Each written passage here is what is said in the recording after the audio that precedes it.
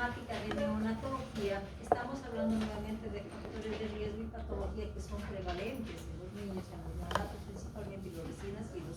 Y estamos hablando de los 3 trastornos metabólicos que son frecuentes. Hablamos de la ictericia, que es tema que ya lo han avanzado seguramente con el doctor Rigo. Hablamos de la hipoglicemia y la hipocalcemia. Ambos trastornos están dirigidos a, en su momento, si es que no se controlan y no se tratan adecuadamente, van a estar relacionados con el daño que se puede producir a nivel del sistema nervioso central.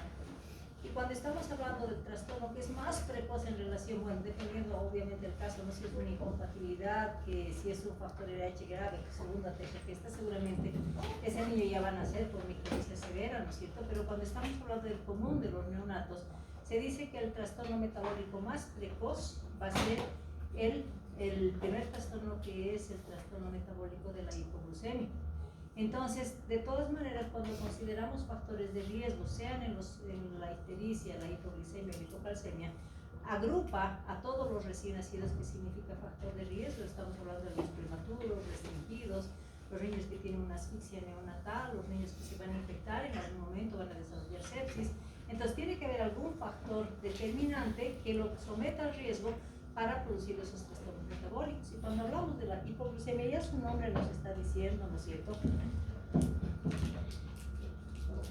Cuando hablamos de la hipoglucemia decimos, ¿no? Hipoglucemia es disminución de la glucosa en sangre de ese recién nacido en la vida extrauterina. Entonces, dentro de ese concepto hablamos del neonato, y estamos hablando después del nacimiento, que va a bajar la glucosa plasmática. Y al mismo tiempo decimos que este trastorno metabólico, principalmente cuando va a empezar a presentar síntomas el recién nacido o el neonatito, ya va a presentar una sintomatología que está relacionada, que no en sí a la propia hipoglicemia, sino cuando ya se va a determinar un daño del sistema nervioso central. Por lo tanto, es importante que consideramos esta probabilidad, y si en algún momento ese niño ha desarrollado hipoglicemia, nos ha dado sintomatología leve que hemos logrado revertir rápidamente, pensamos, no, lo hemos sacado de la hipoglicemia. ¿Y qué pasa si ese niño a la larga va a empezar a tener retraso en su desarrollo, retraso en la etapa escolar? Entonces podemos también decir que el momento en que se dio una hipoglicemia neonatal, mismo habiendo sido corregida cuando ha presentado sintomatología clínica, ya nos está diciendo se dañó el cerebro. Entonces se dice que la hipoglicemia también está relacionada con la morbilidad neurológica a largo plazo, o sea, no en el nacimiento, sino después que va a presentar algún daño. Decimos que hay que considerar cuál es el valor normal de un niño en la vida intrauterina, y después para considerar hipoglicemia en la vida extrauterina. Se dice que la vida intrauterina normalmente la mamá va a tener 80, 90 de glucosa, ¿no es cierto? Entonces ese niño va a tener condiciones de mantener un nivel menor. Estamos hablando de 2/3 del nivel de la mamá, lo que corresponde aproximadamente a 57 hasta 60 miligramos de cilitro, donde va a condicionarse una vida adecuada y un crecimiento fetal adecuado. Y decimos, no, para que este niño tenga esa glicemia en la vida intrauterina, para considerar un trastorno que en su momento inicialmente se lo va a considerar un trastorno fisiológico, es en el momento del nacimiento. Como sabemos que en la vida intrauterina la mamá, a través de la placenta, a través del cordón, le está dando todo lo que son nutrientes y también glucosa a ese niño. Entonces el momento del nacimiento, ¿qué es lo que hace? Se secciona, ¿no es cierto? Se secciona ese cordón para que ese niño deje de recibir la glucosa de la mamá. Entonces sabemos también que en la vida intrauterina los procesos propios de control de la glucosa para mantener una glicemia adecuada no funcionan. Si estamos hablando de la glucogénesis, glucogenólisis y la insulina, son problemas metabólicos, vamos a decir, que no hay funcionamiento en la vida intrauterina, pero sí tienen que activarse para que ese niño controle su propia glicemia post nacimiento. Entonces, si estamos considerando que va a llegar de 57 a 60, ese niño tiene que bajar obligadamente para decir que está hipoglicemia. Pero por ese corte brusco que se va a dar por la sección del cordón, a ese niño lo podemos bajar a una glucosa, según la Organización Mundial de la Salud dice, puede bajar hasta 45, porque el nivel de 45 significa todavía nivel de seguridad para no producir daño en el sistema nervioso central. Pero si ese niño va a seguir bajando, entonces ya vamos a considerar la posibilidad del niño. Entra en discusión el valor, a partir de cuándo vamos a considerar ya la hipoglicemia, y se dice que como cifra, todo niño que tenga un recién nacido que llegue hasta 40 es fácil revertible, y vamos a considerar un trastorno fisiológico que, por haber sido suspendido el aporte de la mamá, tiene opción por el desgaste que le significa ese parto principalmente, va a condicionar a que baje hasta 40, y después cuando se le dé la alimentación correspondiente se va a ir mejorando. Entonces se dice, los autores dicen, hasta 40 es normal, pero si estamos menos de 40 miligramos de cilitro, ¿qué nos está diciendo? Ya menos de 40 significa diagnóstico de hipoglicemia. Si ustedes tuvieran ese valor de 40, ustedes estarían en buenas condiciones, ¿verdad que no? Entonces el niño nuevamente entra en esa etapa de adaptación de la vida intrauterina a la vida extrauterina y se le da condición por el componente fisiológico de falta de controles de procesos para mantener una glicemia, se le da condición de bajar hasta 40 para que todavía tenga buenas condiciones. Entonces, cuando ya estamos hablando de la hipoglicemia, se dice que es un proceso que se va a dar. ¿Por qué? Porque estamos considerando que se tiene que alterar el proceso, ¿no es cierto? Entonces ahí vamos a ver que en la vida intrauterina exclusivamente el niño es dependiente de la mamá. A través de la placenta le va a dar la glucosa y hemos dicho que se va a condicionar a que se mantenga un promedio de 57 hasta 60 miligramos de cilitro, vida intrauterina. Se corta el cordón, se suspende ese aporte de glucosa y ese niño, sabemos todos que el parto es un estrés muy importante para el niño que lo va a llevar al consumo, vamos a decir, de la glucosa circulante que todavía va a tener, entonces eso va a tener condición a bajar. Pero para que ese niño de ese 40 miligramos de cilitro vaya subiendo y vaya normalizando su glicemia, tiene que tener un estímulo, un factor importante para que empiece a desarrollarse los procesos, vamos a decir, de control para manejo de la glucemia. Y estamos hablando de que tiene que empezar la producción, glucogénesis, tiene que haber el control de destrucción y la producción de insulina, que es un factor importante. Hablamos de la vida extrauterina, entonces por eso se dice en la vida extrauterina exclusivamente es dependiente de que se dé ese impulso para que empiece ese proceso metabólico, y estamos hablando de la glucosa exógena. Y en el recién nacido, ¿cuál va a ser ese medio exógeno de administrar después del nacimiento? La leche materna, el calostro, la leche materna, ¿no es cierto? Entonces, este factor exógeno se considera específicamente el inductor, vamos a decir, para que ese proceso metabólico de la glucosa vaya a ser activado para que el niño controle su propio proceso. Por eso decimos, si ese niño de 57 a 60 que estaba y va a bajar a 40, ese componente se llama periodo trastorno adaptativo fisiológico, porque si baja del 57-60 hasta 40, ese niño a los 40 tiene que reaccionar y tiene que empezar a proceder a un control propio, ¿no es cierto? Entonces, por eso decimos que es un proceso adaptativo que se tiene que dar obligadamente de ese cambio de vida intrauterina que es dependiente de la mamá a una vida extrauterina que tiene que ser un proceso propio de control para manejo de la glucosa. ¿Cuál es el factor importante? La alimentación, la glucosa exógena, ¿no es cierto? Por lo tanto, esa disminución de hasta 40 miligramos es fisiológico, es normal. Pero dentro de esto se considera también un proceso autolimitado.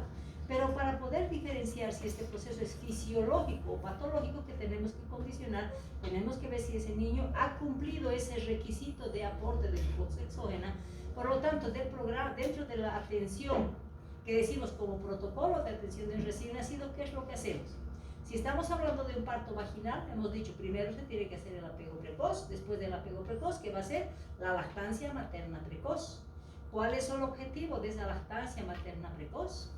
Inicialmente tranquilizar de ese estrés, hemos dicho, ¿no? Porque el calostro es un líquido que él va a succionar pensando que es un líquido amniótico, o sea, es un poquito quitarle el estrés, es aportarle todo lo que significan aminoácidos, vitaminas y todo lo que contiene, inmunoglobulinas, todo lo que contiene el calostro. ¿Para qué? Para ese niño se alimente, además de la glucosa.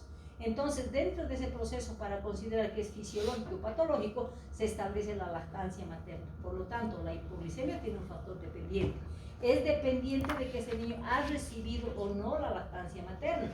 Si decimos que es un niño de parto vaginal, ha recibido lactancia materna precoz por 1 hora, ¿va a desarrollar hipoglicemia? No, porque esa glucosa ya lo está induciendo a que empiece a reactivar su propio proceso metabólico para mantener una glucosa adecuada y vaya subiendo cada día 10 miligramos de cilitro aproximadamente, ¿no es cierto? Pero sí, y en la cesárea de la misma manera se procede, pese a tener un procedimiento quirúrgico. Después del procedimiento, ¿a qué se lo lleva? Vamos a llamar una lactancia tardía si quieren, porque después de la atención de la mamá, cuando ya entra en recuperación, ese niño tiene que lactar precisamente por el objetivo de marcar la prevención de la hipoglicemia. Si no cumplimos esa lactancia materna por cualquier condición de traumas en el parto o algún proceso que se haya dado que nos impida dar lactancia materna, ¿qué me sujeta? ¿A qué me está llevando? Es a la posibilidad de que eso que era considerado fisiológico se vaya al componente patológico. Entonces, ¿qué es lo que consideramos? Después del nacimiento tiene que haber obligadamente un ajuste postnatal. Decimos, no, el niño va a nacer, pero todavía la mamá lo va a preparar porque va a tener depósitos de glucosa. Va a condicionar a que va a estar circulando todavía la glucosa. Entonces, ¿qué significa eso? Que el estrés del parto lo va a llevar a tener y usar esa glucosa que está circulando. ¿Cuánto tiempo le va a durar aproximadamente si es que no le he dado la lactancia materna? Se dice que va a terminar su consumo rápido en 2 horas, si estamos hablando de una glucosa circulante, pero todavía le quedan los depósitos y esos depósitos nos va a permitir todavía sin lactancia considerar ese desgaste de depósitos hasta 4 a 6 horas. Por lo tanto, nos está dando tiempo.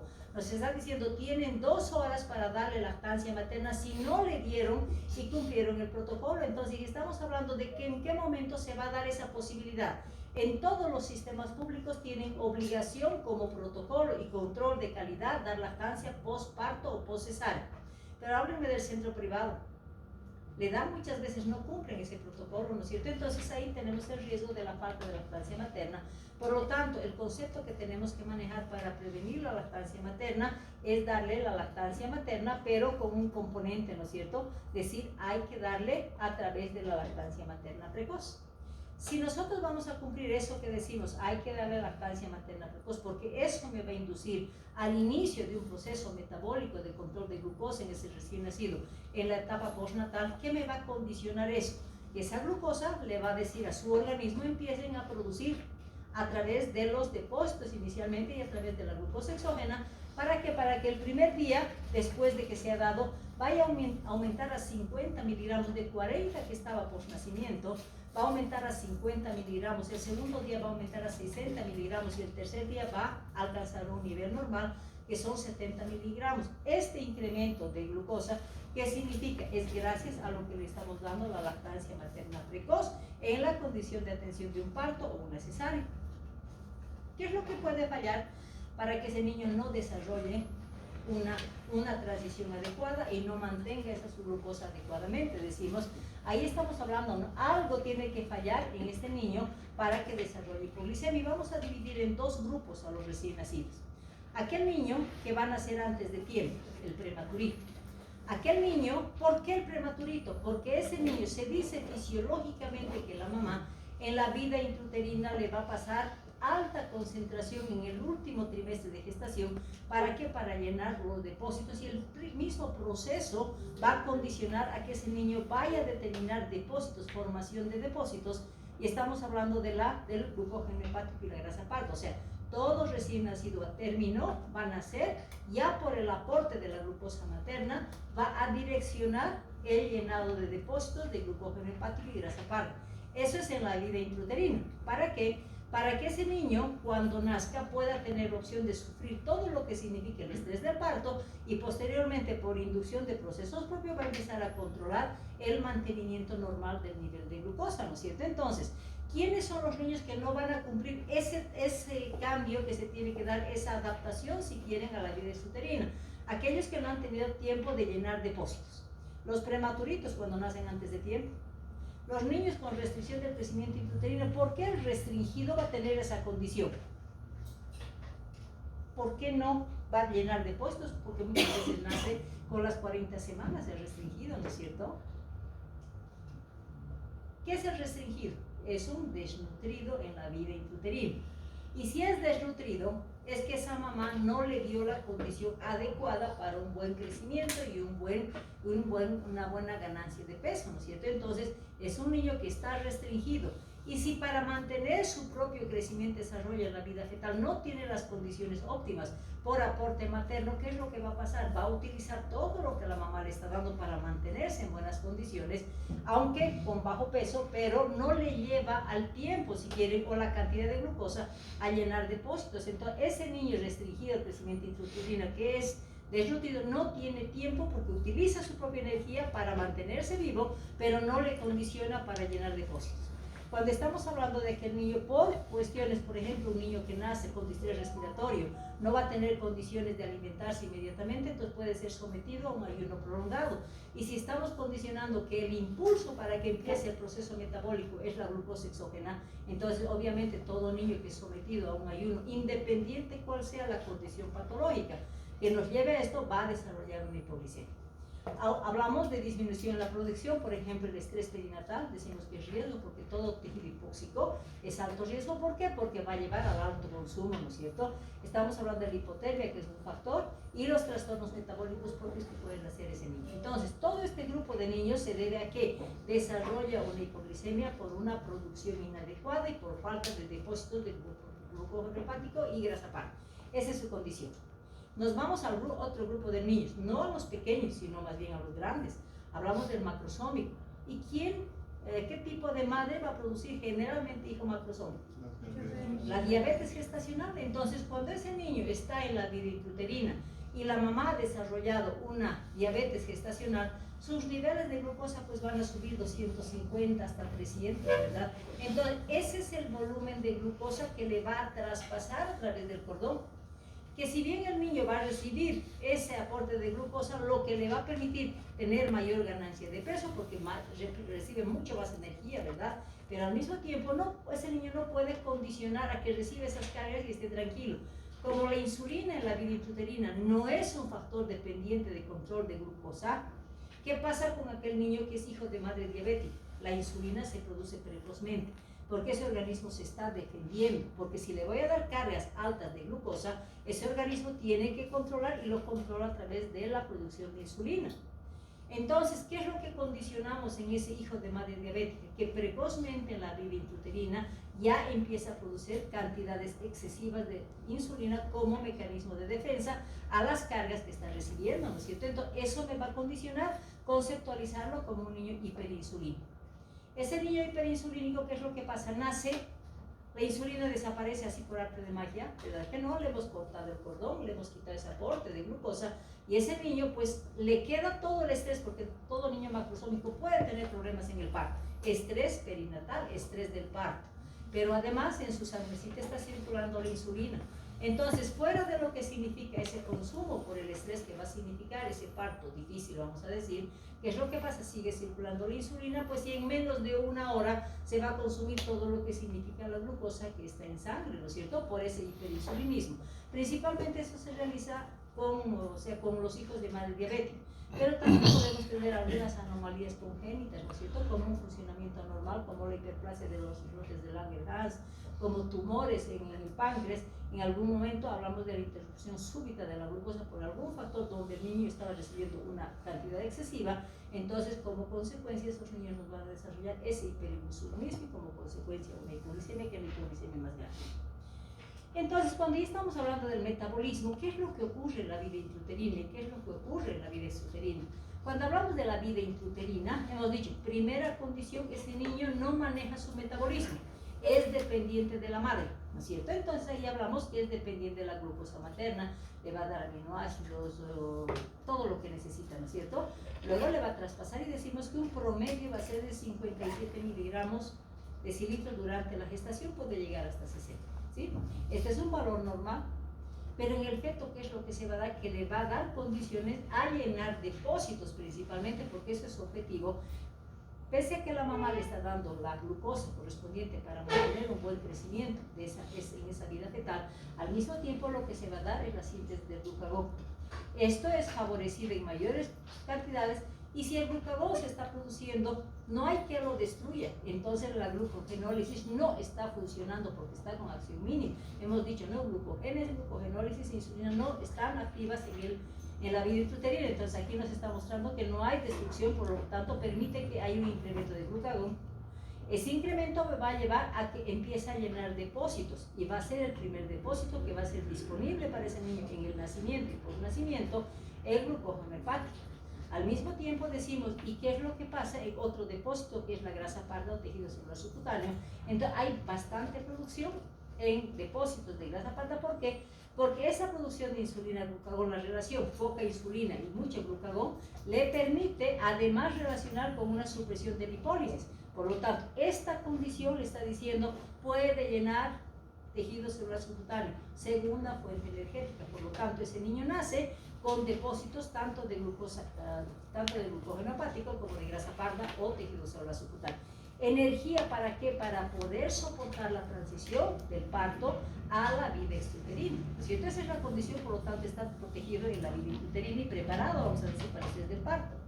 ¿Qué pasa en la etapa postnatal? Va a pasar todo lo contrario, ¿no es cierto? Disponibilidad tiene los depósitos, pero al mismo tiempo se dice que el glucógeno fosforilasa es activado. ¿Para qué? Para empezar a determinar la destrucción de la glucosa y control de un buen mantenimiento. Y decimos, hay estimulación de la glucogenólisis e inhibición. Ya no se produce el glucógeno, más bien se convierte solamente en depósito. Y lo que se está determinando que hay estimulación de la glucogénesis en base a la glucosa exógena que está recibiendo, se activa la glucogenólisis y también se empieza a producir la insulina. Por lo tanto, es todo lo contrario de la vida intrauterina. Por lo tanto, se dice, ¿no?, que la glucosa que ese niño va a empezar a producir está dependiendo de su depósito de glucógeno hepático, que le va a mantener un nivel de glucosa. ¿Cuánto tiempo le va a permitir mantener? Si tiene un buen depósito, hasta 10 horas, se dice. Por lo tanto, nos da un tiempo prolongado, si es que tiene una buena condición de vida ese niño, a que activemos a través de una lactancia o fórmula en caso que se vaya a necesitar. El concepto que tenemos que manejar es de que si ese niño, mismo siendo un niño término, hemos dicho que la mamá lo está preparando, llenando depósitos antes del nacimiento, y después del nacimiento va a tener como aporte propio energético, va a ser el depósito. Pero, ¿será que va a vivir con ese depósito? Considerando que este parto, ¿cuál es la condición del bebé en la vida fetal, del producto en la vida fetal? Le llamamos el bienestar fetal, ¿no es cierto? O sea, no necesita mantener temperatura, no necesita hacer absolutamente nada, porque la mamá le está proveyendo todo lo que necesita, bienestar fetal. Empieza la dinámica uterina. ¿Qué estamos haciendo? Lo estamos estresando, le estamos quitando ese bienestar fetal. Rompemos la bolsa artificialmente, le estamos quitando el medio ambiente adecuado, entonces empieza a incomodarse. Y peor cuando ese niño ya empieza su descenso y su expulsión por el trabajo de parto. Todo eso significa estrés. Y este estrés está condicionado a que ese niño haga una buena transición, porque la mamá lo preparó con depósitos para que pueda soportar todo ese proceso. Una vez que ese niño ha nacido, ¿qué es lo que tenemos que hacer? Como condición básica, dar glucosa exógena a través de la lactancia materna, y esos niños vamos a tener la seguridad que no va a desarrollar una hipoglicemia. Entonces hablamos de que la hipoglicemia es prevenible, ¿no es cierto?, en base al cumplimiento de protocolos. ¿Qué es lo que tenemos que manejar como concepto? Todos los trastornos metabólicos neonatales y patologías neonatales están dirigidos específicamente a atacar el sistema nervioso central. Y la obligación del médico es pensar que esos trastornos tienen que ser diagnosticados precozmente, tienen que ser corregidos rápidamente para evitar precisamente el daño del sistema nervioso central. Y ahí nos damos parámetros, nos dice la Organización Mundial de la Salud, ¿qué nos dice? Todo niño puede llegar hasta 45 miligramos de cilitro. De ese 57 que estaba en la vida intrauterina, puede bajar hasta 45. Otros autores dicen puede bajar hasta 40 sin que se produzca un daño. Pero nos dice el nivel de seguridad es de 45, pero puede bajar hasta 40 sin condicionar daño cerebral. Pero una vez que estamos hablando de niños con factores de riesgo y que no hemos dado glucosa en el periodo precoz, ese niño va a bajar la glucosa a menos de 40 y nos va a decir está con hipoglicemia, pese a que ese niño todavía tiene cierta garantía de tener depósitos que van a condicionar a mantenerse de 4 a 6 horas sin manifestaciones clínicas. Les doy un ejemplo acá. Normalmente, ¿a qué hora nacen los bebés? Generalmente, ¿a qué hora se dan los trabajos de parto? En la noche, ¿no es cierto? En la noche van a ser, puede ser 12 de la noche, 1 de la mañana. Entonces, ¿qué es lo que se condiciona? Que esa mamá en la noche está agotada, y no solamente la mamá, sino también esa mamá ha sufrido unas 6 o 8 horas de trabajo de parto, significa agotamiento, ¿no es cierto? Los internitos que estaban trabajando todo el día van al agotamiento. Los médicos, y es hora de dormir, pues 12, 1 de la mañana, también hay agotamiento, ¿no es cierto? Entonces se va a dar ese trabajo de parto. Ese niño va a nacer en buenas condiciones, es un niño a término, que ha tenido buen llanto, es un llanto vigoroso, buen Apgar, ha nacido muy bien. ¿Qué es lo que se hace? Como está haciendo el ambiente frío, Entonces no se cumple la atención de protocolo. Entonces lo que hacemos es una ligadura precoz de cordón, traslado inmediatamente a una cervocuna y lo envolvemos rapidito porque está haciendo frío, entre comillas, ¿no es cierto? Entonces, ¿qué hacemos? A la mamá de la misma manera se la va a atender, o sea, madre e hijos son bien atendidos y están sin ningún factor de riesgo. La mamá y el bebé son trasladados a alojamiento conjunto. Y en alojamiento conjunto, ¿qué es lo que pasa normalmente? Se dice que esa mamá está agotada por ese trabajo de parto y el niño está bien calientito y bien envueltito y va a dormir tranquilo, ¿no es cierto? Porque no hay un proceso que le diga lacte. Solamente estimulando vamos a lograr una lactancia. ¿Cuánto tiempo va a dormir esa mamá si nació a las 12, 1 de la mañana? 3 horas, 4 horas, porque la mamá no sabe que porque no le ha dado lactancia materna va a desarrollar ese hipoglicemia. Los internos, que si bien saben un poquito, pero como es más el agotamiento, muchas veces vamos a decir, porque fue una jornada difícil, la dejan dormir a la mamá y al bebé. ¿A qué hora se levantan? Rapidito, médicos internos después de la guardia, porque ya amanece el próximo día y tenemos que activar todos los expedientes clínicos. ¿A qué hora se levantan? 6 de la mañana, ¿no es cierto? ¿Y qué hacen? Van a hacer la evolución de todos los recién nacidos, ¿no es cierto? ¿Cuánto tiempo dijimos que ese niño va a agotar sus depósitos? Hasta 4 horas máximo, y eso 4 horas ya está con un alto riesgo, ¿no es cierto? Entonces, ¿qué es lo que pasa? Van a las 6 de la mañana y le preguntan a la mamá y le dicen, ¿y le has dado tu pecho? Porque no le han ayudado, ¿no es cierto? ¿Le has dado tu pecho? ¿Y qué dice la mamá? Ahí estaba bien cansada, me he dormido, ¿no es cierto? ¿Qué es lo que el interno hace inmediatamente? Porque ya tiene que preocuparse, porque tiene que pasar a la visita médica por el informe, se enguanta la mano y le pone el dedito a su boquita del recién nacido y ve que hay una disminución de reflejo. Ahí se preocupa. A ver, hay que darle lactancia, señora, porque puede ser que tu hijito tenga hipoglicemia y el niño, como está con disminución de reflejos, ya no va a querer lactar. Entonces, ahí recién se preocupan en solicitar una glicemia, les va a dar una glicemia 39-40, ahí se van a preocupar. Ese periodo que ese niño no ha lactado, y eso tenemos que tener el concepto de que el niño que no lacta post nacimiento es un niño que va a desarrollar hipoglicemia. Y si el niño no ha lactado por un periodo hasta de 4 horas, se dice el máximo 2 horas hasta 3 horas. Pero si no ha lactado por 4 horas, ese niño ya está con clínica de hipoglicemia. Y esa clínica está relacionada con lesión del sistema nervioso central. Entonces, eso es lo que puede, y nos dan tiempo, ¿no es cierto? ¿Por qué? Porque se dice que ese consumo va a ser en 4 a 6 horas. Por lo tanto, todo niño con factor de riesgo, prematuros, restringidos, con asfixia de cualquier grado, o niños infectados, o niños macrosómicos, es mejor pecar por exceso que por menos. Entonces, después del nacimiento, no necesitamos glucosa central, por si acaso necesitamos solamente una glucosa periférica. ¿Y quién no tiene glucómetro en un hospital? Entonces es mejor una picadita. Ahí está con 45, todos tranquilos, ¿verdad? Entonces, por eso que es importante que consideremos que si es que estamos con 45, va a estar bien. He garantizado la lactancia materna, no va a desarrollar hipoglicemia. Y vamos a decir que como la mamá ya le va a dar la lactancia cada 3 horas, entonces ese niño va a ir subiendo de 50, 60, 70 para que hasta el tercer día tenga una glucemia normal. Pero si no he cumplido este proceso de tiempos, entonces tenemos la seguridad que ese niño va a desarrollar una hipoglicemia. ¿Vale? Entonces, si estamos hablando de causa, etiología para producir una hipoglicemia, nos referimos al mismo tipo de niños, ¿no es cierto? Estamos hablando de los prematuritos. ¿Por qué los prematuritos son los candidatos a desarrollar hipoglicemia? Por falta de llenado de depósitos, no hay disponibilidad de depósitos. Cuando hablamos del restringido, de la misma manera, es un desnutrido que no tuvo tiempo y oportunidad, vamos a decir, a llenar depósitos. Cuando hablamos del niño con asfixia, todo tejido hipóxico, mayor desgaste energético. Y hablamos de infecciones, aquel niño que está naciendo con una sospecha de sepsis, por ejemplo, por una ruptura de membranas de más de 18 horas. Todos esos niños necesitan un diagnóstico precoz para decir tiene o no tiene hipoglicemia. Cuando estamos hablando de consumo excesivo de glucosa, algo que está circulando en la sangre, es el niño hiperinsulínico. Es el hijo de madre diabética por esa condición que va a llevar a una hipoglicemia. Cuando estamos hablando ya las enfermedades metabólicas como la galactosemia, la intolerancia a la fructosa, que esos son congénitos, pues si no está utilizando y no hay condiciones de darle, pues va a desarrollar una hipoglicemia. Y finalmente también estamos relacionados con las hormonas, ¿no? El ACTH cortisol, que va, o la deficiencia de glucagón, va a condicionar a producir hipoglicemia. Estos son casos más raros porque son factores congénitos. Lo que nosotros tenemos que preocuparnos son aquel grupo de que no tienen depósitos o aquel que tiene mucha insulina circulante, porque a ellos los vamos a tratar y a ellos vamos a poder diagnosticar precozmente y revertir rápidamente esa posibilidad de una hipoglicemia.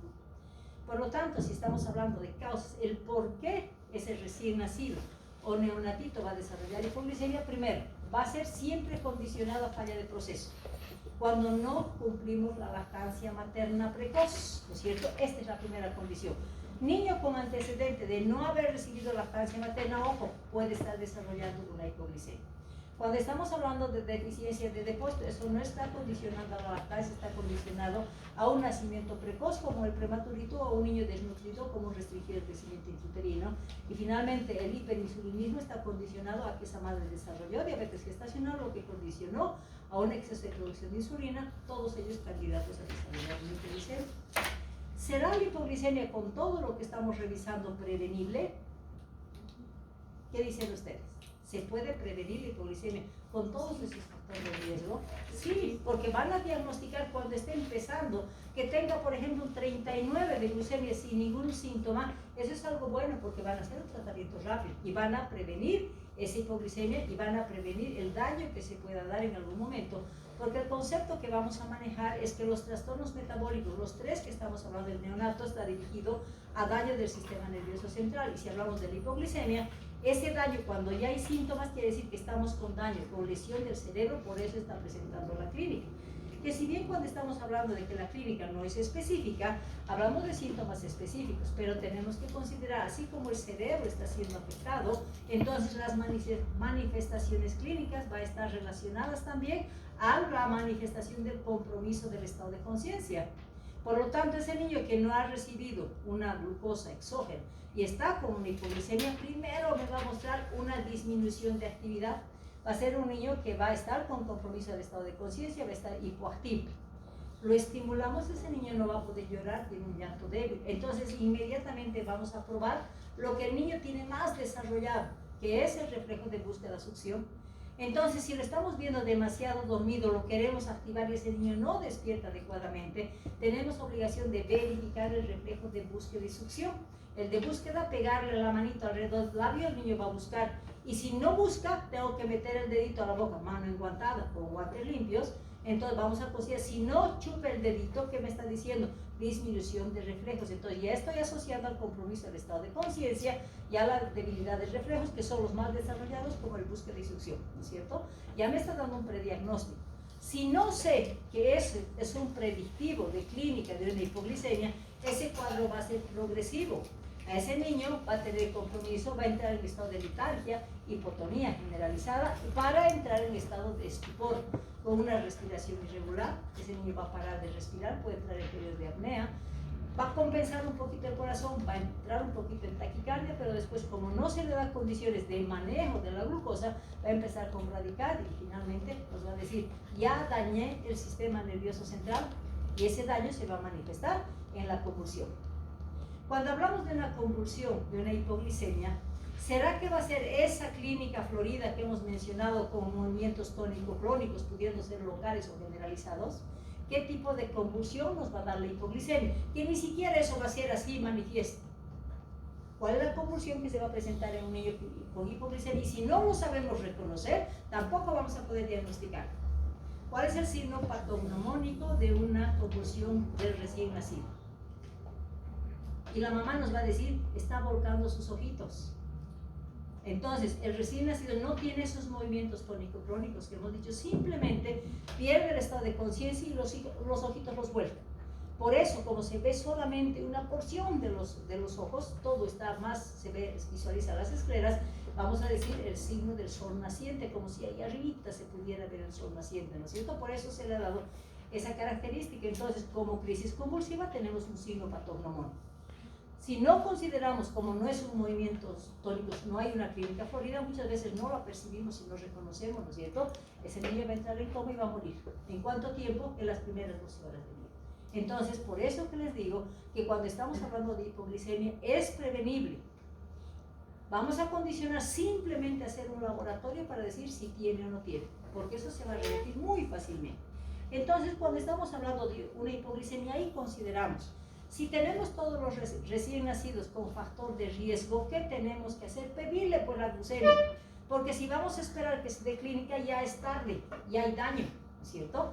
Entonces decimos que la hipoglucemia para los médicos es una urgencia médica. Urgencia médica porque nos da minutos para trabajar, nos da tiempo para corregir. Pero el reto que tenemos es descubrir que ese niño tiene hipoglucemia. Porque si hablamos en general de la preocupación que podemos tener porque ese niño está durmiendo mucho, ¿vamos a pensar en hipoglucemia o vamos a dejarlo dormir tranquilo hasta 4 horas? El niño, su característica es que va a entrar en el sueño profundo muchas veces, pero no estamos asociando que ese grupo de recién nacidos con factor de riesgo, la relación de un sueño profundo y prolongado me está llevando a la sospecha de una hipoglucemia, ¿no es cierto? Entonces, ¿qué es lo que decimos? Si es un reto para el diagnóstico, necesito un tratamiento urgente. ¿Qué es lo que hacemos? Si hablamos de una actuación sistémica, ¿qué me está diciendo esa actuación sistémica? Que a todo recién nacido con factor de riesgo tengo obligación de darle glucosa exógena. Le vamos a dar la lactancia materna, pero vamos a tener casos en que la mamá o tiene pezón plano o tiene pezón invertido o la mamá no tiene la cantidad de calostro suficiente. ¿Qué tenemos que hacer con ese niño que no puede recibir esa lactancia materna? ¿Qué tenemos que hacer con ese niño? Grupo de factor de riesgo. Le damos la glucosita al 5% por la boquita con jeringuita. Le damos 5 ml, máximo 10 ml cada 3 horas. Entonces, si no tengo condición de darle la leche materna, o si estoy condicionado, o dispongo, vamos a decir, de fórmula, puede ser leche materna, puede ser fórmula, y si no tengo la glucosa al 5%, me va a permitir prevenir. Entonces, esta condición dice, hay que actuar sistemáticamente y garantizarle que ese niño nació por parto, lactancia materna precoz, nació por cesárea, lactancia materna tardía, y si no tengo esa condición, glucosa al 5%. ¿Para qué? Para prevenir esa hipoglucemia. A eso se refiere la actuación sistémica. Si hemos diagnosticado, porque ya tengo un grupo de riesgos, sabemos que el tratamiento tiene que ser adecuado. ¿Para qué? Para revertir lo más rápidamente posible, para disminuir el riesgo del sistema nervioso central. Por lo tanto, todo recién nacido que tiene factor de riesgo, siempre buscar antecedentes.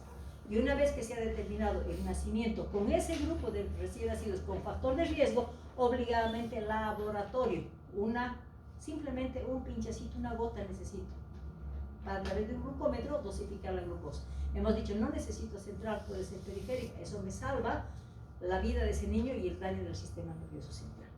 Bueno, entonces ahí me dicen, nuevamente manejamos protocolo, decimos, ¿y en cuánto tiempo le voy a pedir la glicemia? ¿Cierto? No es inmediatamente. Se puede dar inmediatamente, pero después, como ese niño inmediatamente ha nacido y todavía puede contar con un poquito de depósito, nos puede dar una glucemia de 40 a 42. Pero después de 6 horas, como no ha lactado adecuadamente, puede empezar a desarrollar posteriormente. Entonces dice, todo hijo de madre diabética macrosómico y que tenga ya posnacimiento, tengo 1 hora de vida extrauterina para tomar la glucemia, ¿no es cierto? Ya me da tiempos. Hemos dicho que la primera glucemia puede ser normal porque todavía tiene glucosa circulando, entonces no me va a decir que está hipoglicemia. A ese niño macrosómico que está condicionado a factor de riesgo, tengo que hacer glucemia cada 6 horas. Solamente después de las 24 horas de control que ese niño no ha desarrollado hipoglicemia y obviamente garantizado la lactancia materna, estoy segura de que no va a desarrollar hipoglicemia. Y si en este periodo me da positividad con menos de 40 miligramos de xilitol, que me está diciendo, actúe, trate, revierta, ¿no es cierto? Cuando hablamos del prematurito y el restringido, dice, tenemos hasta 2 horas de vida, ¿no es cierto? Pero, ¿qué pasa con el prematurito? Puede tener circulante todavía una glucosa, pero como no tiene depósitos, no va a poder disponer de sus depósitos. Y si hablamos del prematuro y el restringido, ¿será que va a tener una lactancia inmediata? No, ¿por qué? Porque el prematuro puede desarrollar un distrés respiratorio. El restringido puede desarrollar también distrés respiratorio y un niño con distrés respiratorio no puede recibir lactancia materna. Entonces, en estos niños tengo alto factor de riesgo, entonces tengo que hacer control cada 2 o cada 4 horas para el diagnóstico correspondiente. Niño que ha nacido con traumas importantes, con un periodo expulsivo prolongado, con traumas obstétricos importantes. ¿Qué significa traumas en el parto? Asfixia, ¿no es cierto? Nuevamente nos dice, este niño seguramente es un niño a término. Es un niño que cuenta con depósitos, entonces necesito solamente una dosis porque estoy garantizando que ese niño, como es de término y tiene depósitos correspondientes, el diagnóstico tiene que ser precoz. Entonces vamos a hacer la glucemia a las 2 horas y si hay diagnóstico del tratamiento.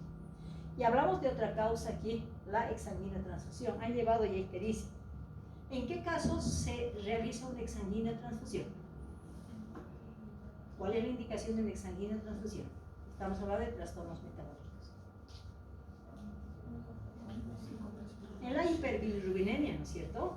¿Producida por qué? Como causa, generalmente estamos hablando de incompatibilidad de grupo factor. Si estamos hablando de incompatibilidad de grupo factor, ¿qué desarrolla la mamá para condicionar a que sea una ictericia grave?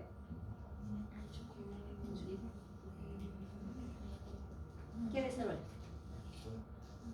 Alguien que me diga, ¿qué desarrolla una mamá que ha hecho incompatibilidad con su hijo, sea en grupo o en factor? ¿Qué desarrolla como respuesta de esas anticuerpos? Porque la mamá ha hecho una isoinmunización, ¿no es cierto? Entonces, si es un niño que está con ictericia severa, donde se ha demostrado que está con una incompatibilidad, esa mamá le ha traspasado anticuerpos para que se dé una hemólisis importante, entonces ahí voy a hacer una exsanguínea transfusión. ¿Por qué? Porque necesito retirar esos anticuerpos, necesito retirar esas concentraciones de bilirrubina. ¿Para qué? Para que ese niño, como le estamos poniendo sangre fresca y el causante es la destrucción por los anticuerpos, entonces estoy retirando ese factor de riesgo y ese niño va a estar bien en un cambio, vamos a decir, de sangre. Por eso se llama exsanguínea transfusión, cambio de sangre. ¿Cuánto se cambia más o menos? Se dice que por kilo va a tener el recién nacido 80 ml de sangre, ¿no es cierto? Y si generalmente vamos a considerar que sea un niño de 3 kilos, va a tener 240 ml de sangre, ¿verdad? La exsanguínea transfusión se va a realizar con el recambio de 2 volúmenes. Entonces ese niño va a necesitar aproximadamente 240 más 240, 480, 500 ml, que es una unidad de sangre fresca, ¿no es cierto? Eso voy a necesitar hacer el recambio. Pero ¿qué característica tiene la sangre que se va a utilizar en la exsanguínea transfusión? Es una sangre citratada, que significa que tiene altas concentraciones de glucosa, y más o menos se calcula que tiene por unidad más o menos 300 miligramos de glucosa en esa unidad de sangre. ¿Cuánto tiempo dura el proceso de exsanguínea transfusión? ¿En cuánto tiempo hacemos el recambio? ¿Eso dónde debió llevar? 2 a 3 horas, ¿no es cierto? Que se va a hacer, se pone 20 cc, se saca 20 cc y hace el recambio de todo lo que significa el cambio total. Entonces, si está durando aproximadamente de 2 hasta 3 horas, esas 2 o 3 horas le estoy aportando a ese niño 300 miligramos de glucosa. ¿Cómo va a responder ese organismo cuando está recibiendo esas cargas de glucosa? ¿Cómo responde?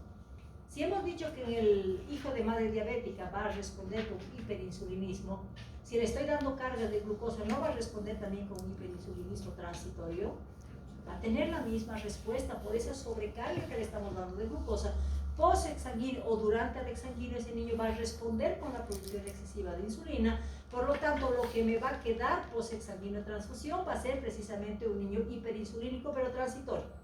Por lo tanto, todo niño que está con este factor de riesgo, que me dice, no pueden suspender su exsanguíneo, sino van a continuar como mantenimiento con glucosa al 10%. Por eso, dentro del manejo de soluciones de todo neonatito y recién nacido, se maneja en sus primeros días de vida la glucosa al 10% como solución universal, precisamente para prevenir, porque todos los factores que van a someterlo a riesgo a ese recién nacido van a significar la posibilidad de que se complique con una hipoglicemia. Por eso todo neonatito o recién nacido está condicionado a recibir esa solución. Bueno, estamos hablando de qué hago ahora. Ya sé que primero tengo que agrupar esos niños en factores de riesgo. Que si voy a considerar a no darle glucosa exógena, sea por vía oral o por lactancia materna o fórmula, voy a esperar que ese niño desarrolle hipoglucemia. Una vez nacimiento nos dan tiempos para pedir la glucemia periférica. Y si ese valor me dice menos de 40, ¿qué me está diciendo? Diagnóstico de hipoglucemia. Entonces decimos que el menos de 40 miligramos de decilitro ya es diagnóstico, y si hablamos de diagnóstico ya es obligación administrar glucosa al 10% como solución universal a todo recién nacido que está con ese factor de riesgo. ¿Cuánto tiempo? 24 horas. Y como ese niño inmediatamente después del nacimiento puede ser a la hora o 2 horas hemos pedido la glucemia, y me dice menos de 40, no está con síntomas porque es una glucemia inicial. Entonces, ¿qué tengo que hacer? Le voy a poner la glucosa, dependiendo si es un niño maduro o prematuro. Vamos a manejar el requerimiento hídrico basal. El madurito va a necesitar 70 ml por kilo de peso para 24 horas, con controles obviamente cada 6 horas. Y el prematurito va a necesitar 60 ml para 24 horas por kilo de peso, obviamente, para 24 horas. Entonces, ¿qué es lo que se espera? Que la hipoglucemia se corrija en 24 horas, ¿no es cierto? Pero con los controles secuenciales, porque en algún momento ese niño puede producir también por el exceso de glucosa, que en su momento podemos darle como complicación una hiperglicemia. Entonces, hay que controlar eso, ¿sí? Si estamos hablando de que es un niño que ya presentó síntomas, como en el caso me dormí, no le controlé, a las 4 o 5 horas ya hay reflejos disminuidos, ya está con hipoactividad, está con somnolencia, ese niño que significa síntomas del sistema nervioso central, compromiso del estado de conciencia y disminución de reflejos. ¿Qué tengo que hacer? Ahí tengo que apurarme, tengo que correr. Entonces, a esos niños, aunque la clínica sea mínima, vamos a darle un bolito de la misma glucosa al 10%, pero un bolo de 2 a 3 ml por kilo de peso rápidamente en la venita. Entonces, ¿qué estoy haciendo? Estoy activando rápidamente esa hipoglucemia para después establecer el mantenimiento del mismo requerimiento de 70 ml kilo peso para sus 24 horas, sea maduro o prematuro con CC. Entonces, ese es el manejo de la hipoglucemia. ¿Qué tenemos que hacer si sabemos que es el trastorno más precoz y el más frecuente, vamos a decir, por falta de lactancia, por falta de cumplimiento de protocolos, principalmente en la atención del recién nacido, decimos, ¿no? Toda vez que pensemos en hipoglucemia en los recién nacidos que tienen algún factor de riesgo, tenemos que garantizar si quieren la lactancia materna precoz. Y esa lactancia materna tiene que ser a libre demanda, y si hago a libre demanda, ¿cada cuánto tiempo le voy a dar lactancia para considerar que es a libre demanda? 2 a 3 horas en el recién nacido, ¿no es cierto? La frecuencia van a ser cada 2 o 3 horas, hemos dicho, pero si en caso de no disponibilidad de lactancia, vamos a manejar las fórmulas, ¿no es cierto? En caso de que haya contradicción. Y si no tengo fórmulas y no tengo lactancia materna, ¿qué le voy a dar? La glucosa al 10% a un requerimiento de 5 a 10 ml y por jeringuita, ¿no es cierto? Para prevenir, le vamos a dar cada 2 horas hasta garantizar que tenga una alimentación adecuada. Si estamos considerando que es alto riesgo con este niño, tenemos que decir, hay que ver cuándo voy a intervenir y cuándo tengo riesgo. Si es un diagnóstico precoz y es un tratamiento precoz, tengamos la certeza de que ese niño no va a tener ningún tipo de daño, ¿no es cierto? Se va a revertir y va a ser un niño normal.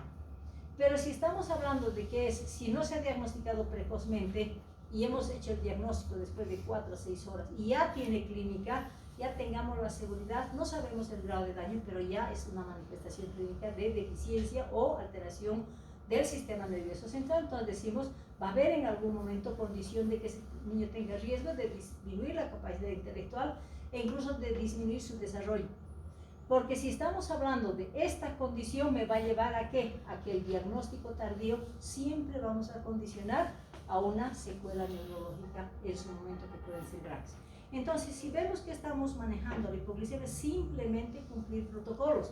Protocolos en designación de riesgos, de recién nacidos con riesgo, protocolo cumplimiento de atención en un recién nacido de parto vaginal o parto cesárea y cumplimiento en los tiempos en esos recién nacidos de riesgo, tiempos de pedir la glucemia, ¿cierto? De esa manera prevenimos y evitamos esto que nos debe preocupar, que son las secuelas que en su momento van a ser secuelas tardías que se van a ver cuando el niño sea escolar, preescolar, etc. ¿Sí? Si la hipoglucemia es una preocupación, lo que nos sigue, porque estamos hablando ya de un trastorno metabólico un poquito más tardío, es la hipocalcemia. La hipocalcemia se dice que se va a presentar aproximadamente a partir de las 12, 24 hasta 48 horas. Es un tratamiento que se va a hacer para también tener la condición de reversión total, pero es importante el diagnóstico. ¿En quiénes tenemos que pensar que va a desarrollarse este trastorno metabólico? Hablamos de hipoglucemia. En los mismos recién nacidos, por lo tanto, esos mismos niños que han tenido la posibilidad de desarrollar una hipoglucemia precoz, tienen la posibilidad de desarrollar un trastorno metabólico tardío que es la hipoglucemia. Ambos están relacionados con el mismo factor de lactancia materna tardía. ¿Cuándo vamos a pensar? Cuando tenga ese grupo de factor de riesgos y tenga que pedir un laboratorio. Entonces vamos a pedir la dosificación de calcio. Si es el niño a término, vamos a hablar de 8 miligramos de decilitro y el prematurito menos de 7. Entonces ya su concepto nos está diciendo, hay disminución del calcio en sangre y sabemos que es el ion que tiene más concentración en el organismo, depósito en huesos, entonces tiene que tener una relación de factor de riesgo y una lactancia tardía para que pueda desarrollar ese trastorno. Se dice que es un trastorno metabólico tardío en el periodo neonatal, pero nuevamente nos dice, si es que no hacen el diagnóstico precoz y no hacen el tratamiento, va a llegar a las convulsiones neonatales. Pero aquí las convulsiones van a ser totalmente diferentes, porque ¿cuál es la función del calcio en el organismo? ¿Qué función importante tiene? Contracción muscular, ¿no es cierto? Entonces, ¿será que las convulsiones van a ser ese signo del sol naciente con hipoactividad que se ha presentado en la hipoglicemia? ¿Qué tipo de convulsiones vamos a tener una hipocalcemia? Para esa clínica florida, ¿no es cierto? Con contracciones musculares, incluso con posiciones opistótonas, vamos a decir, donde se va a mostrar esa contracción que es importante. Entonces, como hemos dicho que también hay factores que van a determinar ese trastorno metabólico, decimos, ¿no es cierto? La mamá nuevamente durante el embarazo lo prepara a ese niño para que evite este trastorno metabólico. Se dice que hasta las 28 semanas esos huesitos ya van a tener el depósito. Aproximadamente tenemos disponibilidad a las 28 semanas, la disponibilidad del 75% de depósitos de calcio. Entonces ya me está garantizando si es que ese niño ha nacido un niño a término, ¿no es cierto? Entonces, si decimos nuevamente qué es lo que va a pasar cuando se hace el clampeo del cordón, en la vida fetal la mamá le está pasando calcio. Una vez que se ha dado el nacimiento, se hace la ligadura, donde se hace la sección del cordón, e inmediatamente, bruscamente, se va a cortar ese aporte. ¿Y qué tiene el niño? Tiene depósitos, nuevamente para activar, para poder mantenerse adecuadamente cuando ese niño va a recibir posteriormente lactancia y activar su propio control, ¿no es cierto? Entonces, pero al mismo tiempo decimos, ¿será que se va a presentar? Si hay una hipolactancia, ¿al cuánto tiempo me va a presentar esa hipocalcemia? 24 a 48 horas, porque tengo depósitos altos. Entonces, por eso se llama un trastorno metabólico tardío. Entonces, ¿qué es lo que debemos considerar?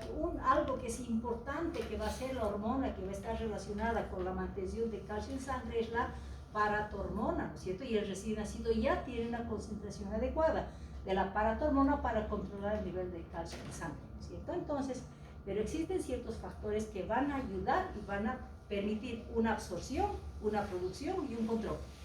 Decimos, si estamos hablando de quiénes van a ser responsables de la regulación del calcio, y añadimos el fósforo, ¿verdad? Entonces van a ser primero la vitamina D. Si es un niño que tiene una buena concentración de vitamina D, ¿qué hace? Que a nivel de intestino se dé la absorción adecuada del calcio y como consecuencia fósforo, ¿no es cierto? ¿Por qué? Porque ese niño, no solamente estamos hablando de que la leche le está dando calcio, que se está absorbiendo por el intestino el calcio, sino también al mismo tiempo decimos que si es que no se da una buena absorción, tenemos movilizados todo lo que significa depósitos de hueso, ¿no es cierto? Entonces me está garantizando un poco la vitamina D mantener un buen nivel. Hablamos de la hormona paratiroidea, que significa, ella es la que va a controlar el aumento del nivel de sérico cuando está bajando, entonces utilización nuevamente de depósitos. Pero si dejamos que hay una buena absorción, que haya buena disponibilidad de los depósitos, lo mismo que una buena concentración de paratiroidea, que le dice, no podemos hacer que el calcio vaya subiendo a nivel de sangre, tiene que haber un factor que determine su nivelación y su control, y estamos hablando de la calcitonina, que por su efecto hipocalcemiante va a inhibir la osteoclasis, y al mismo tiempo que dice, por orina el exceso de calcio se tiene que eliminar por riñón, ¿no es cierto? Entonces, que si bien hay factores que mejoran absorción, que mantienen un calcio sérico, hay un efecto que va a controlar para que eso no se vaya aumentando, ¿no es cierto? Entonces hablamos de la calcitonina. Cuando estamos hablando de los niños con factores de riesgo, ¿quiénes van a desarrollar un hipocalcemia? Nuevamente entramos al hijo de madre diabética, el macrosómico. No sé si ustedes revisan la literatura, no se sabe específicamente por qué estos niños van a desarrollar, pero se dice que dentro de los niños macrosómicos que tienen como condición patológica, 50% de estos niños va a desarrollar una hipocalcemia. Pero lo de bueno de la hipocalcemia es que nos va a permitir hacer un diagnóstico precoz en base a la contractilidad muscular. Por lo tanto, cuando estamos hablando de clínica, no estamos hablando de daño directamente del sistema nervioso central. Entonces, la hipocalcemia está relacionada con una manifestación clínica que me va a mostrar la alteración en la contracción muscular sin significar todavía daño del sistema nervioso central. Entonces, decimos, ¿no? Los hijos de madre diabética ahí están como factor primario, hablamos de los preternos, pero cuando estamos hablando del prematuro, hemos dicho, ¿no es cierto?, que la paratormona es la que va a ser, la que va a regularizar, ¿no es cierto?, que si bien es mayor la producción en los prematuros, pero ¿qué contrarresta? Que el prematurito no tiene reservas óseas porque no nació antes de tiempo. Tampoco estamos hablando de que hay un control, porque como tiene un riñón inmaduro, pues el calcio va a eliminarse fácilmente en el prematurito, y al mismo tiempo el prematurito no tiene vitamina D, por lo tanto no va a haber una absorción adecuada y va a haber una calcitonina elevada, por lo tanto va a permitir la eliminación. Entonces se da una alteración total en el prematurito, condicionando a una hipocalcemia. Cuando estamos hablando de los niños con estrés perinatal, niños que han desarrollado asfixia, nuevamente, ¿no es cierto?, es dependiente de la paratormona porque es una acción disminuida, o sea, no hay logro de mantención de una cantidad suficiente en sangre, y al mismo tiempo, ¿qué es lo que pasa cuando estamos hablando de asfixia? Si hablamos de asfixia, ¿cuál es la complicación que ese niño va a tener a consecuencia de esa asfixia? ¿Qué pasa en ese organismo? Se da la acidosis metabólica. ¿Y con qué se corrige la acidosis metabólica? Bicarbonato. Entonces, el problema es que si estamos hablando de una hipocalcemia, la terapia con bicarbonato va a ser la condición que también nos lleve a una hipocalcemia. Cuando estamos hablando de la hipocalcemia tardía, y es algo que está faltando en ese niño, algo que está pasando como condición patológica de base, y hablamos de aquel niño que no puede recibir alimentación, hablamos principalmente de los prematuritos, ¿no es cierto? Entonces, cuando no reciben y tenemos un aporte enteral con ayuno prolongado, pues va a desarrollar una hipocalcemia. Hablamos del hipoparatiroidismo congénito. Hablamos de una deficiencia de vitamina D, hablamos de una mala absorción de la vitamina D, y finalmente cuando tenemos el antecedente de que una mamá está con epilepsia y está manejado con anticonvulsivantes, entonces también se considera otra condición para una hipocalcemia. ¿Qué clínica vamos a esperar en una hipocalcemia? Si estamos determinando que el calcio es un factor importante que se va a manifestar en la contracción muscular, entonces, ¿cuál es la sintomatología que va a presentar la hipocalcemia? Está relacionada precisamente con esa contracción muscular. Entonces, si estamos hablando que inicialmente puede ser un niño asintomático, pero si tengo esos niños con factor de riesgo, ¿qué tengo que hacer? ¿Qué es lo que se evalúa en un recién nacido cuando vamos a evaluar el tono muscular? Estamos con recién nacidos con factor de riesgo. Tengo que evaluar si hay alteración en la contracción muscular. Entonces, ¿cuál es el proceso para el diagnóstico y empezar a ver que hay una alteración en esa contracción muscular? Hacemos el reflejo de Moro, ¿no es cierto? Entonces, que un recién nacido es un abrazo espontáneo lento, ¿no es cierto? Si estamos hablando de hipocalcemia, estamos hablando de los temblores finos que va a presentar. Entonces, hacemos el reflejo de Moro y va a ser así un Moro tembloroso.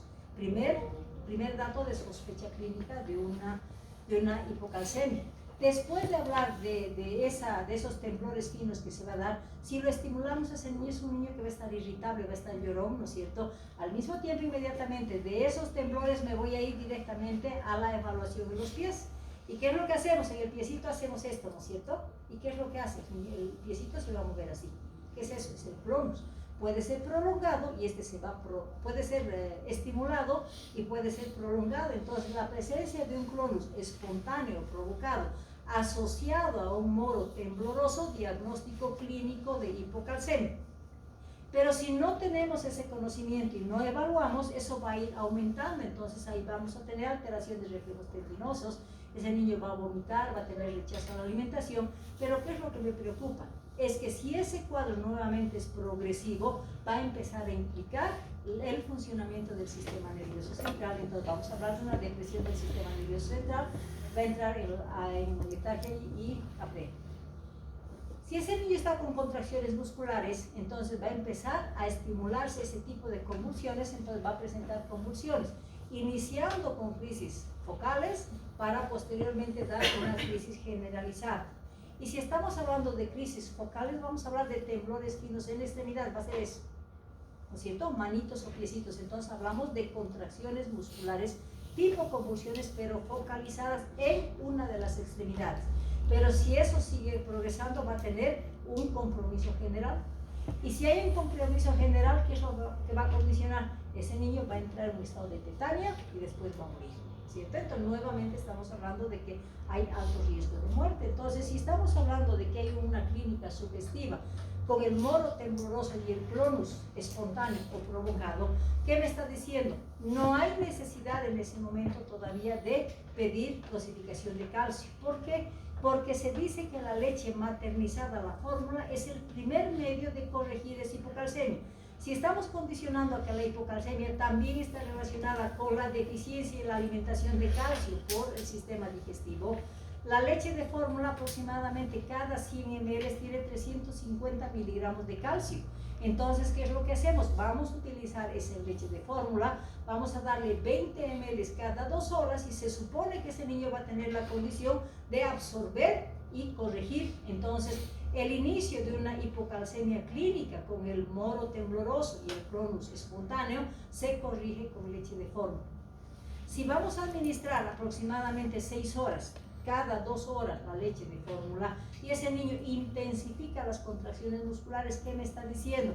Que obligadamente tengo que solicitar la dosificación de calcio a través del ionograma. Y decimos, ¿no es cierto? Ahí ya tenemos, si hay una clínica ya generalizada, el calcio si me da en el término menos de 8 miligramos de decilitro, igual hipocalcemia, y el prematurito menos de 7 miligramos, igual hipocalcemia.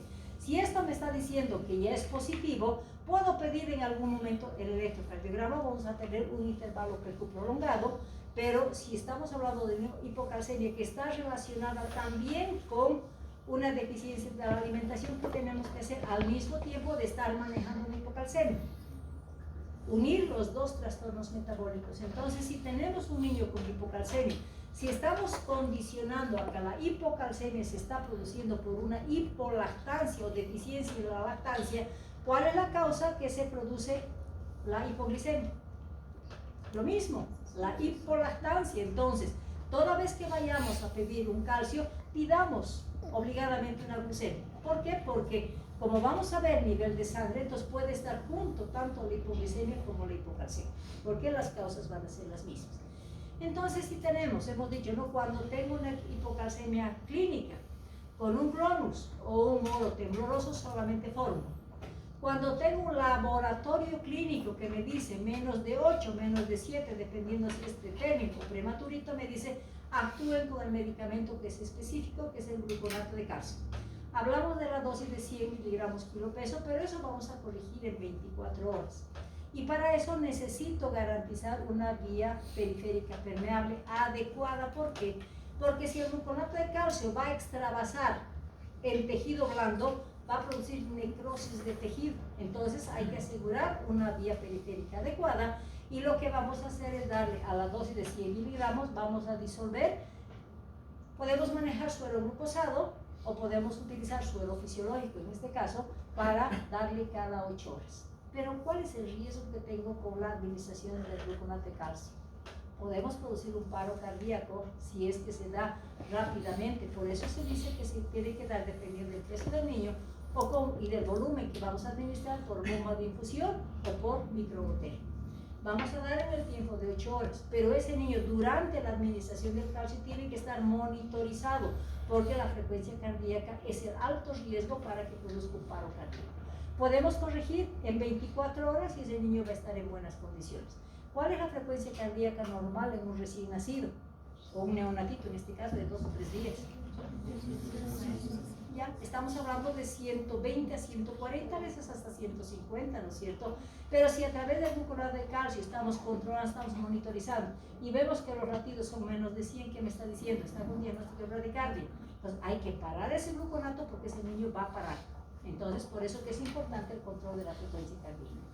Cuando ese niño está con una tetania, vamos a decir, o contracciones musculares generalizadas, vamos a considerar la crisis de hipocalcemia.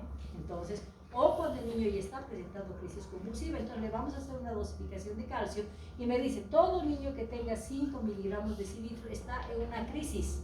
Entonces tengo que doblegar o duplicar la dosis si quieren, hablamos de 200 miligramos kilo peso, ¿no es cierto?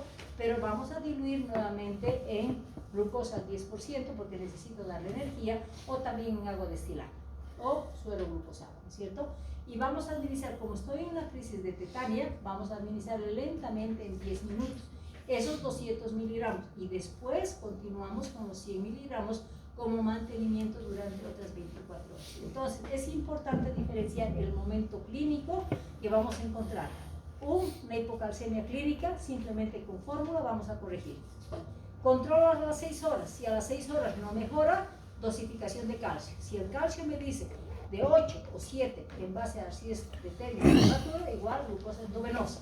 Pero si está ahí con crisis, ahí tengo que dar un bolo y después mantenimiento con 24 horas. Entonces, está definido los 3 momentos del manejo de la hipocalcemia.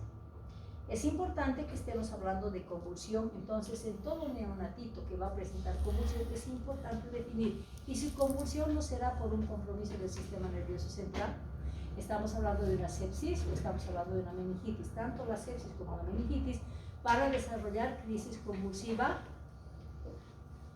generalizada, ¿verdad? Pero, ¿ustedes creen que la sepsis y la meningitis van a desarrollar una hipocalcemia? No, ninguna relación. Entonces el diagnóstico diferencial solamente se está dando por tipo de crisis convulsiva. Cuando estamos hablando de convulsiones por lesión del sistema nervioso central, ¿cuál sería la lesión o el antecedente, si quieren, que les permite que ese niño desarrolle crisis convulsiva sin estar relacionado con una hipocalcemia? ¿Qué tipo de daño se va a presentar en un recién nacido, un neonatito, que esté relacionado con crisis pero sin estar con una hipocalcemia? La hipoxia, que nos va a llevar a una lesión hipóxico-isquémica cerebral, y ese foco irritativo nos va a llevar a una crisis convulsiva. Entonces, todo lesión hipóxico-isquémica es sugestivo de crisis convulsiva sin estar relacionada con una hipocalcemia. Y si estamos hablando del síndrome de deprivación de narcóticos, mamá drogadicta, el niño nace y va a empezar con temblores generalizados. ¿Qué significa eso? Entrar en una depresión porque no ha recibido la droga que la mamá estaba consumiendo. Entonces entra en un síndrome de dependencia, ¿no es cierto? Con temblores generalizados. Antecedente de la mamá drogadicta. Y al recién nacido, ¿qué tenemos que darle como antídoto para evitar esa depresión? ¿Cuál es el medicamento que se utiliza para evitar esa depresión en narcóticos? Es el naloxone. Entonces, a ese niño solamente el antecedente de que tenga mamá drogadicta y niño con ese factor de dependencia, administrando la dosis de naloxone se va a sedar y ese niño va a tener ya no va a presentar ese síndrome de depresión. Si permitimos que ese niño vaya continuando y no hacemos el diagnóstico correspondiente, ¿qué vamos a ver? Vamos a poder evaluar un niño con una contracción generalizada tipo pistótonos. Simplemente estimulándole a ese niño, estimulándole la cabecita, ese niño va a contraer los vasitos porque estamos estimulando la contracción muscular. Y si es un niño que le hacemos cualquier movimiento, va a ser un niño llorón, llanto irritable, con una contracción generalizada. Entonces, la progresión y la etapa, ya que estamos hablando de una hipocalcemia generalizada y principalmente cuando estamos hablando de crisis, son estos 3 momentos que vamos a poder evaluar. Tratamiento, el bolo, que hemos dicho de 200 miligramos de gluconato de calcio, seguido con el mantenimiento de 100 miligramos durante 24 horas. ¿Sí? Bueno, son los 2 trastornos que hemos llevado, que es importante que consideren, porque hemos dicho, es prevenible. Entonces, es mejor prevenir que lamentar. Es mejor pecar por exceso que por menos. ¿Sí? ¿Alguna